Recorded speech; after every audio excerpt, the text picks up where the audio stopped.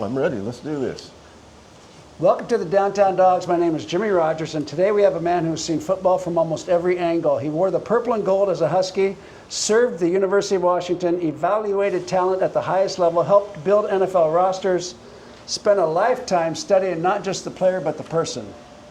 From Montlake to the Carolina Panthers, from the St. Louis Rams front office to the next generation of football talent, Tony Softli has lived the game behind the curtain. Today we're going to talk about football, scouting, leadership, character, Seattle, and what separates a good player from a great one. Tony Softli, welcome to the Downtown Dogs. Jimmy, thanks for having me, man. My pleasure, my pleasure. Before we get into football, Tony, I would like to ask you about your father. Yeah. Okay, so your dad was an Air Force electrical engineer? No. No. Okay, My good, dad, I'm glad I asked. My dad is, he worked at the University of Washington in the IMA as a director for 30 years. You might be talking about my grandfather. Oh, is that what it is? Okay. But yeah, my pops, is in the Hall of Fame up at the Everett Junior College for football and track. Came down here, played football here at the University of Washington, and also was a great track man. Held the long jump record for, I think, almost a decade. So that wasn't you? No, and then your grandfather's from New York then? Yes. He was born and raised in New York. Well, he was actually from Venezuela, came to New York, and then brought the family out Very interesting. to Seattle. So, very interesting. Yeah. So your grandfather was an electrical engineer? Yes, he was. Okay. So with that in mind, and then you already told us about the UW records, when you think about your father today, Tony, what did he give you that still shows up in the man that you became? First, he gave me the name, and then between he and my mother, the upbringing that he gave my brother and my sister, and just the family aspect of life and living, and which we have passed on to my wife and I, Kelly, have passed on to our daughters. So Fantastic. It's all about family, man. All about family. When you hear University of Washington, what's the first memory that comes to mind? Oh, there's so many good memories. I would have to say when I was a kid, it was the alumni games. Going and watching the alumni games, the old pros coming back and playing the Huskies every year. So for an example, because most of the people have no idea what we're talking about right now. So the alumni games, the guys that went on in their 30s, 40s, to play pro football, they came back and played the current Huskies. In the spring. Okay. Yeah, and I remember Ben Davison and Bob Slurette and all these guys coming back and playing, and that was the highlight, is to go to the Husky games and watch the alumni. But Don James put a squash to that in the mid-'70s, probably about 76, 77. Hate to get a current player hurt. Exactly. Going against an elderly. Well, I think also the older guys weren't as in shape. Can we say that? So, and probably not as organized. Right. Now you played the game, then you evaluated the game. When did you realize you saw football differently than most people? I was doing the junior colleges in the country for Dick Baird, and watching the athletes from high school, the junior college level, and then when I was at Washington. It was, I think it clicked in right there that, coaching is what I love and it was my passion, but I think evaluating talent was going to be the way I wanted to go. In the back of the GA office, we had NFL scouts who would come in and watch tape, GMs, head coaches. We had a lot of top guys going out when I was there. And so I was listening to them and how they broke things down, how they evaluated talent, and I think that's what I wanted to do. Interesting. Now, as a scout, what did you look for that never shows up on film? It's the love of the game. The love of the game. I mean, you can see how they play the game. They're competitive, but do they truly love the full aspect of the game? I'm talking about lifting during the off season, staying in shape, doing the little things to prepare. And those are the things you really look for in a football player. What's the biggest mistake fans make when judging players? I don't think they give them a due respect. The football players are the product. Without the product, there is no game. And so I think that while a lot of fans give them that respect, there's one or two that might bark at them for no reason or very little reason, and not really knowing everything that they go through in a single day. Now, you've evaluated great talent, NFL talent. What separates the NFL players from the great college players? I think what I just hit on there a second ago is college. You go to class, you go to practice, you go hang out with your friends and all that. In the NFL, it's a job. You're getting there at 6 in the morning. You're not leaving there until 7 at night. You are lifting, eating, sleeping, and breathing football. And that's what really is a difference for a lot of guys that are All-Americans in college that don't make it in the NFL. Now, when you interview a prospect, what answer told you this kid's got it? That's a great question. I think it's probably a few different things, but it's really his passion and love for the game. And there's no single word I can give you, Jimmy, but it's just, you know it when you see it and when you hear it come from a player. Who was the one player that you just pounded the table for? Oh, that one's easy. That was Steve Smith, Steve Smith Sr. George Seifert was the head coach and the general manager for the Panthers, and he didn't feel good about drafting players from Utah, which was his alma mater.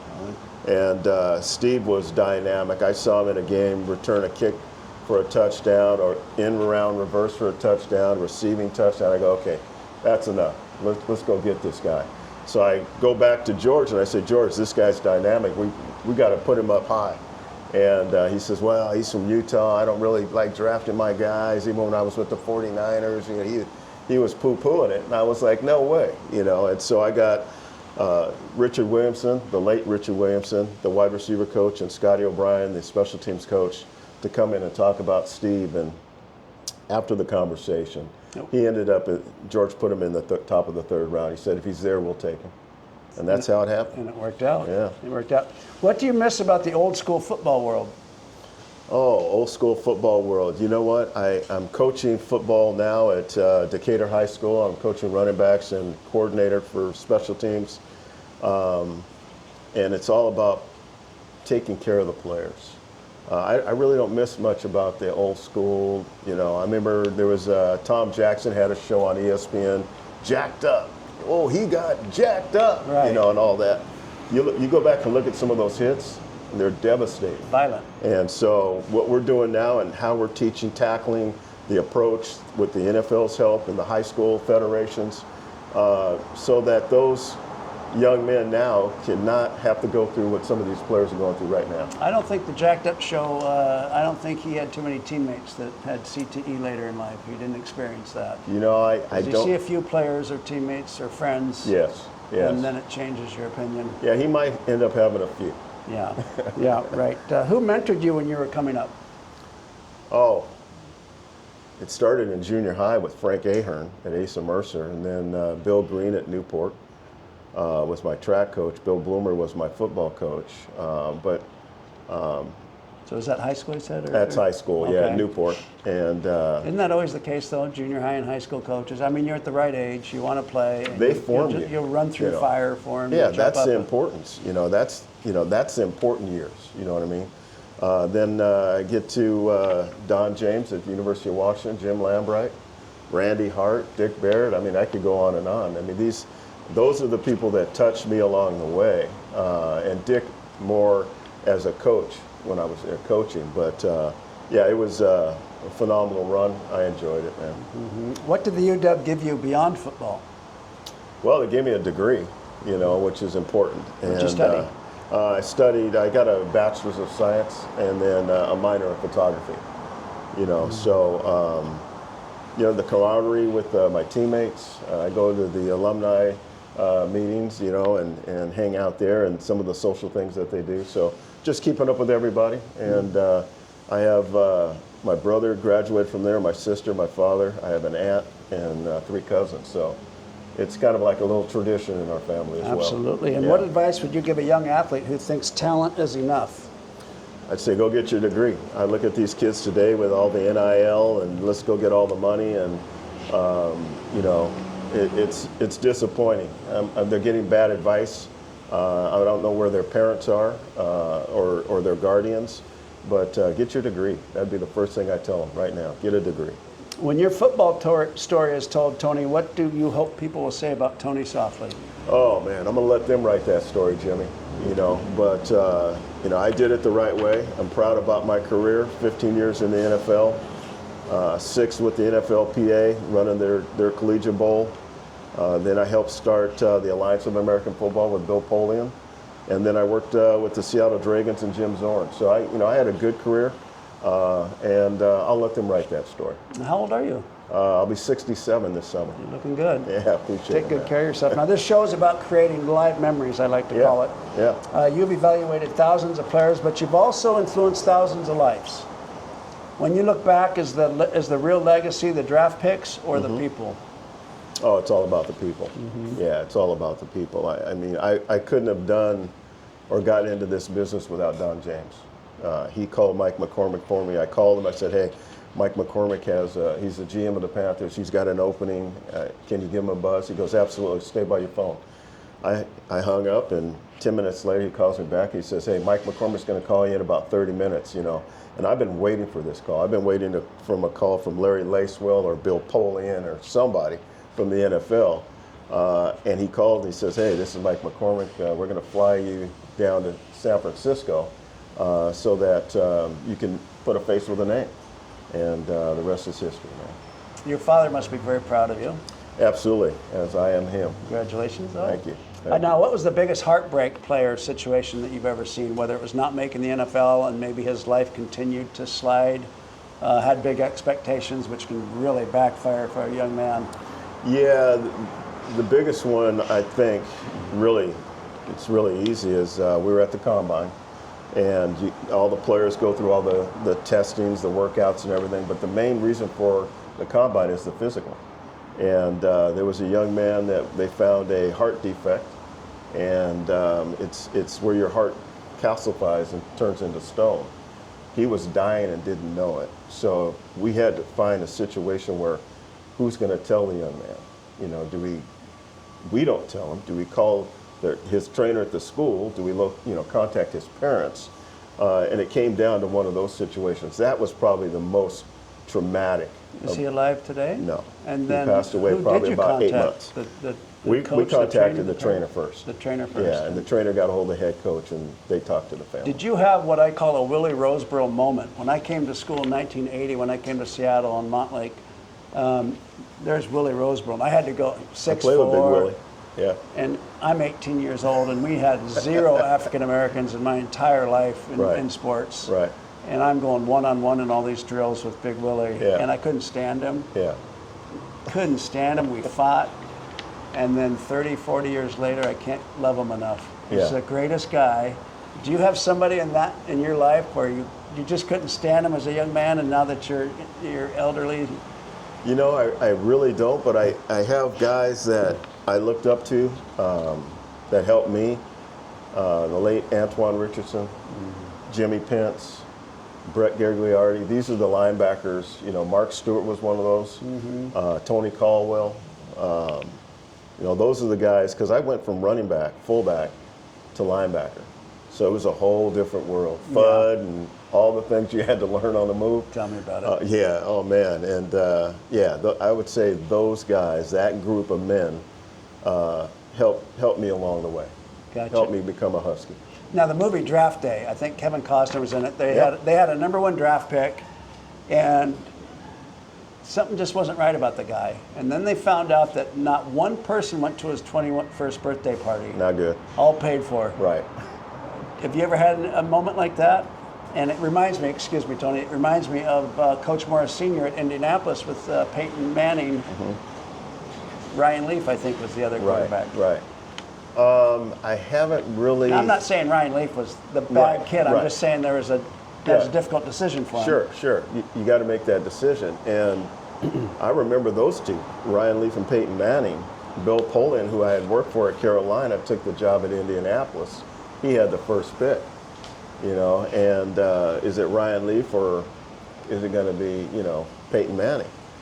So the director that ended up going with Bill was still at Carolina for the draft. He had to run the draft for us, which really didn't make a lot of sense, but that's the way the owner wanted to do it.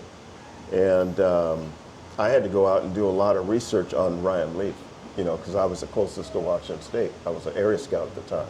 So I went out and did all my work, got everything, and there was one lady, that said that he's a great young man. Coaches were talking about raving him as an athlete, and you could see what it was on tape, but a little immature. And the one lady said that, and I don't need to say what department or who she was or anything like that. But when she said that, that kind of threw me off, just a little bit. And so that's something that you have to go dig in on to see if you can hear that echoed from is that training, the equipment guy, or the doctors? Are they all going to say that? And I didn't get it anywhere else, but just that one lady. One gave you a little sliver of doubt. Yeah, just made you go, wow. Wait. Now, interesting. Now, I'll be honest, when the NIL first came into college football, I thought it would be the end of the game. I really thought it would. Then I've completely changed my mind. Sure. Okay, so I met a young man at at an event recently, Xavier Alexander, a linebacker. Fantastic. John Mills, great kids.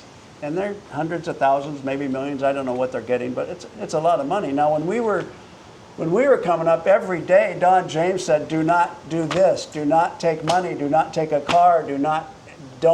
Nothing." Yeah. So we were being suppressed from going to that movie, taking that girl to the canvas, buying that blazer, getting that car, maybe even a cassette. I mean, we had zero money. So there's a natural friction of us wanting to break the rules. Right. And I thought for sure these kids are going to be betting, they're going to be gambling, they're going to be getting in all kinds of drug issues, they're going to be filing bankruptcy, on and on and on. And it just dawned on me after meeting these kids, I think it's working. I think I'm so wrong, I'm 180 degrees wrong. I think these kids are, not only are they not being told what they can't have, they do have it, but they could lose it. Whereas we could lose a scholarship, which is a big deal, but it didn't really have an intrinsic, it wasn't like you could lose 500,000, you could lose $1 million. These kids are losing a house. Right. They're losing a family and upbringing, and maybe their parents. I mean, my gosh, I mean, when Jock wasn't drafted, my mom was so upset because she knew what that was going to do for Jock's family. Right, right. And so what's your take on that? The NIL is very interesting. Do I think the players need to be paid for name, image, and likeness? Absolutely. I think it's gotten out of hand. I think it's totally gone. It's the NFL and college football. Now they all have general managers. Now they all have a salary cap. It's gone a little too far. Saban has gone to Congress to try to talk to them to reel it back in. How fast can they get that back in? That's going to be the case. Now you have the agents involved. I mean, they're even going NIL at the high school level. Right. So it's. But when you see a kid like Dave Hoffman get MVP of the entire Pac-12 defense, and then not make a dime, and he's on crutches Wednesday through Friday on Montlake, and then playing on Saturdays. I wish he would have made some money. Yeah, no question. Right? That's why I said I'm not against them making money. But you think maybe it needs to be reeled in? Yeah, I think it has to be reeled in. There needs to be some rules and some guidelines. Right now, it's the wild, wild west. Speaking of Hoff, that was my guy. But isn't he great? Yeah, those things are going to be taken care of here in the real near future. I really believe that. Yeah, I agree. But right now, it's just out of control. Yeah, it's going nuts. Gotcha. Now, and I will say with the portal, there's a lot of tough love that's lost. So if you're not putting your head in front and containing, and the coach says you're second string until you put your head in front and contain. And compete, yeah. And all of a sudden you leave. Right. You don't learn anything. Yeah, no. You go to the next place, then you leave again. Yeah, I'm totally against the portal. I'm totally against the transfer. And if you do transfer, you transfer. If you want to transfer again after that, you got to sit out a year. There's no ramifications for transferring or going into the portal. That needs to be tailored down and controlled. Guys that are in college football for 5, 6, and 7 years, that's ridiculous. I think they got to cap that, go 4-year, max 5-year with one injury year, and away you go. Okay. Are you ready for some rapid fire questions? Sure, let's go. Okay. Daily non-negotiables. Wake up first thing in the morning, I got to read. I'm reading New York Times, I'm reading ESPN, I'm on Twitter, I'm on to see what's going on in the world, what's around me, what's going on. Coffee? Tea. PT, interesting. Yeah. Okay, more violent. Tuesdays and Wednesdays practices or Saturdays games At Huskies? when we played? Oh man, Tuesday for sure. Yeah, Tuesday. You know, we didn't have the helmets that the kids have today, or the young men that are sealed in, well padded, and everything. We had that leather strap from the Rydell helmet that. And you had the same helmet for 4 years. Exactly. That put a stain across your forehead. Your head was swollen around it. Oh man. I had a bridger for 5 years. Yeah, that didn't heal. Never healed. Yeah, no. Who else recruited you besides Washington? Oh man, I got a lot of letters. I was 5'11", 220 pound, fullback in an option offense, veer option, ran in the 4.55s. So I was getting Oklahoma State, Texas A&M, Washington, obviously, schools down the West Coast. Then I hurt my knee in high school. Okay. And then all of a sudden, those letters stopped. Mm-hmm. Never heard from any of those people again. Now I'm getting the Boise's, the Hawaii, and all the JC circuit. So that's pretty much how it happened. Do you have any replacements? No replacements. Matter of fact, I have no ACL in my left knee. Who needs it? Yeah, I'm doing good What without are you it. weighing now? What am I weighing? Yeah. 210. Good for you. Yeah. You look fantastic. What's the secret? I don't know. No, I was 276, man. Mm-hmm. And then things start piling up on you, and doctors saying, hey, you got to get this down, or this is going to happen. Mm-hmm. Then you gradually got to work yourself back down. Mm-hmm. Who did you recruit as a player? Oh, let's see. I'm gonna go with the junior college when I was helping Dick Baird. Okay.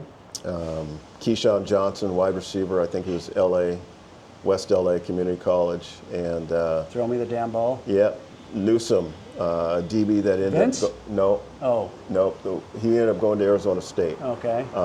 That was really, really solid. I got excited when you said Vince Newsom. Well, he was my roommate at the Sun Bowl. He was the best That was athlete. the guy, man. He was the best of the best. That was my guy. Yeah, Vince, awesome Newsom. Yep, that's him. Awesome Newsom. Best UW athlete, speaking of Vince. Best UW football athlete. Well, Vince would be in there. Mark Lee would be in there. I don't know why. Mark Lee's name pops up a lot. Yeah, he had big old legs and I just remember the fast. punt return. I was being Yeah. recruited out of Oregon, and we were losing to USC, and he looked like he had a fair catch. Yeah. And he didn't. And he paused, and the defense paused, and then he took it the other way of the return. That's right. That's right. And that was it for me. I'm a Husky. Yeah, that right. place went crazy. Yeah, And then yeah. Mr. Stover, who was always buttoned up, and they never put down the competition, he and Abner were the classiest guys. And when Mark Lee got it down to the 5 or 6 yard line, I couldn't see Mr. Stover or Abner anywhere. And I went and I looked behind the bleachers, and they were dancing and Yeah. doing this. That was a beautiful moment. Yeah. That was a beautiful Place moment. was shaking. I would have to say all the guys, Napoleon Kaufman, everybody. I'm going to go with Paul Scansy. I'm going to go with Interesting. Scans was a hell of a wide receiver, but he was a big-time athlete. Yeah. I'm going to go with Scansy. Okay, interesting. Cool. Greatest UW athletic director? Mike Lute. Absolutely. For sure. No Favorite question. Don James story? Oh God, there's so many. We were on a away game, and you know how it was. DJ would have. He was a military guy. Everything was lined up: food, milk, water, everything. So you could expect everything to be the same each and every game, each and every away game. And we get there, and the spaghetti sauce, which is normally a red with meat sauce, was. Have you heard this story? No, but I can was imagine. white. Yeah, you can right. It was white with clams, and I was like, wow, this is different, And I'm thinking, uh-oh, Yeah. who Look out. who ordered this, But everybody was Who just chowing lost down. their job? They were chowing down, and we waited for a coach to come down, and he noticed it, just paused and just kept going. It was like, oh, wow. Okay, maybe he just didn't, he's going to let this one go, Get in Sunday, we win. We get in Sunday, all the coaches are in, and the table sits this way. DJ sat at the end, Lambo on the defense on this side, Keith Gilbertson in the offense on this side, GA's against the wall down here. And he walks into the room, and he sits down, and he kind of pauses for a second. And he looks, he goes, am I still the head coach around here? Well, at that point, we all knew. Everybody's up straight. Oh, dude, we were already sitting up because we Yeah, knew we- somebody's getting ripped. Well, Coach Tormey was in charge of all the travel and all the food and Chris all or that. Pete? Chris. Okay. And everybody sat there. Nobody said anything when he said it. And then he says, am I still the effing head coach around here? Somebody tell me. You know, and then that's when everybody was like, Tormy, you got to say something. He finally said, Coach, hey, they switched the meal on us. I apologize. I had no idea until they brought it out. It all ended up being good, but you know the moments with DJ, man. That's a great story. It's not that we were afraid of DJ, and you can say your thing. Wasn't afraid of him, even as a player or a coach. You just never wanted to disappoint him. You know what I mean? And I think that was the biggest thing than anything. Fantastic. Favorite sound? Like music? Yeah, it could be, yeah. We'll get to where I'm going to ask you your number one song. So for me, for example, it's when it's raining in Seattle. It's just, and I leave the windows open. I just love it. Yeah, for me, it's just the silence. I think in the morning, hearing the birds. We live in like a little bird sanctuary out there in Browns Point. These robins and birds wake us up. I mean, they're loud. And yeah, I would have to say just nature in general, early while it's quiet. Okay. Yeah. Best, in your opinion, best University of Washington offense? Oh, it's 91 offense. Yeah, I mean, Mark Brunell, Billy Joe Holbrook. When you got Mark Brunell on a third and short with that speed, and you can roll out, you can run or pass. And he's a lefty it's too. Automatic. Yeah. It's automatic. Yeah, and he got hurt in the spring, so Billy Joe takes over, but you got Lincoln Kennedy at one tackle, Malamala Sapoli, Ed Cunningham at the center, Mario Bailey, Orlando McKay, Mark Bruner. It was a solid offense. Absolutely. Oh, not even the running backs, Napoleon Copeland, Bean O'Brien, Jay Berry. Yeah. And Matt Jones and Darius Turner. There were some young guys that didn't even really get in the mix there. Leon Neal, Terry Holloman, Rashawn Sheehy. We're loaded. Yeah. We're loaded. Glory days. Best University of Washington defense? No, you're pointing at 84. You don't have to tell. You don't have to. You guys were salty. You guys, salty. You were salty. I mean, you had Reggie, and you had Ronnie, Freddie, Joe Kelly, Jackson, Vesty, JC Tim Pearson. Yeah, right. Joe Krakowski. You guys were solid, man. Huey at quarterback. What's the but though? There's something else coming here. But 91. Yeah. 91. You realize that we played twice the minutes. Well, I'm sure. Okay. You guys couldn't stop them. Okay. I mean, those guys are on and off the field now. All joking aside, Steve Ettman, you had Hoffenklopp in the middle. Yeah. And the speed on the edges and the corners and stuff on the outside. Powell Cohen, Tommy Smith at the safeties. Just a special time at University of Washington. If you could have one meal, what would it be? I just got a pizza oven, so I really like pizza. But if I had one meal, smoked brisket, greens, potato salad, sweet cornbread, and I'm gonna go with for dessert. I'm gonna go with peach cobbler and a big giant scoop of ice cream. Go-to song.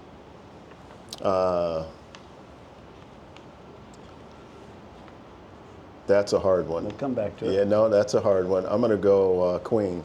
Queen. We Are Champions. Yeah. I wouldn't know. Yeah. First concert. No, first concert for me. The first concert was 6 Seattle Stadium.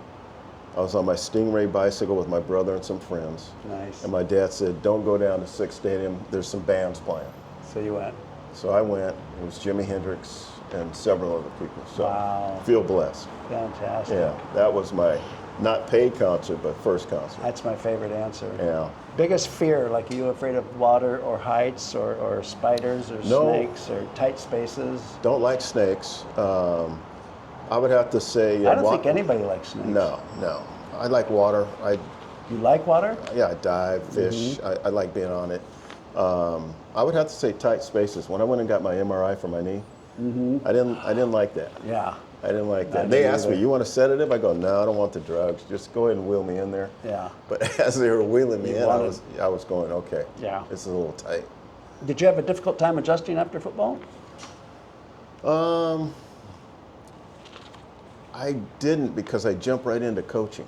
I started coaching Little League out at Issaquah, 89ers. Then I went to high school at Sammamish, and at that time I was playing semi-pro for the Cavaliers and the Bellevue Express. So I just went from playing right into coaching. And so I really didn't have that. I remember having a couple of dreams. I don't know if you ever had the dreams where you're playing in a game and you're, you know, all those type of stuff. But other than that, no, I really didn't. I was beat up. I was ready to stop. What advice do you have for the next generation, Tony? Be you. Do you. Live every day to the fullest and prepare for the future. If that's your education or whatever it is, just take care of you. And what would you like to hear St. Peter say when you arrive at the pearly gates? Welcome home, dog. Welcome home. From the heart of Seattle, my name's Jimmy Rogers. This is Tony Softli. Together, we are the Downtown Dogs. My brother. Thank you, Tony. Yeah, man.